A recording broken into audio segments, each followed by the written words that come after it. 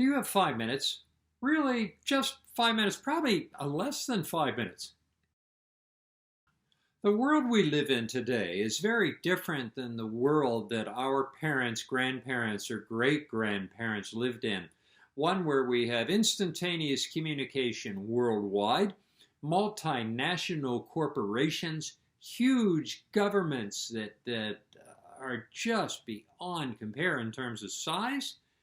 And for each and every one of us, at times, we can feel that we really have no power to do anything in the world, that we are powerless.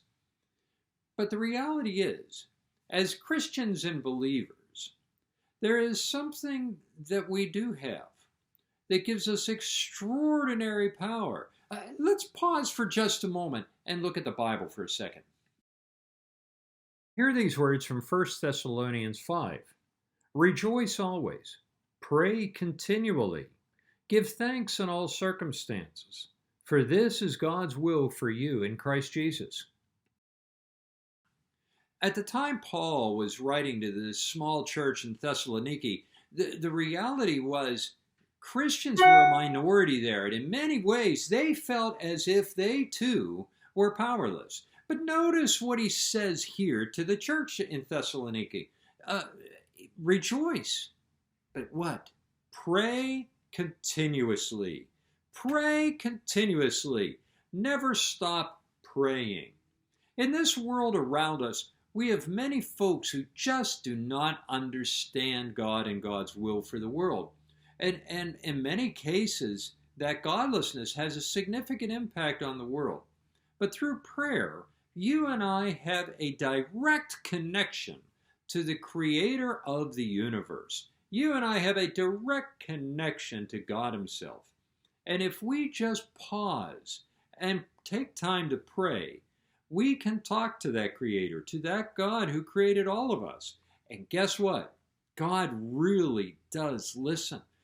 And then we have reasons to rejoice because God is in control.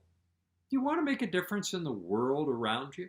Want to make a difference that can really, truly change the lives of others as well as yourself? Pray. There's lots of evidence right now within the psychological community that people who pray regularly have less stress, less anxiety, less heart disease. They live longer and healthier lives simply by taking the time to meditate and pray. My friends, wherever you are this week, whatever you're doing, I invite you to create a daily habit. Close your door, go off by yourself where no one sees you, and pray.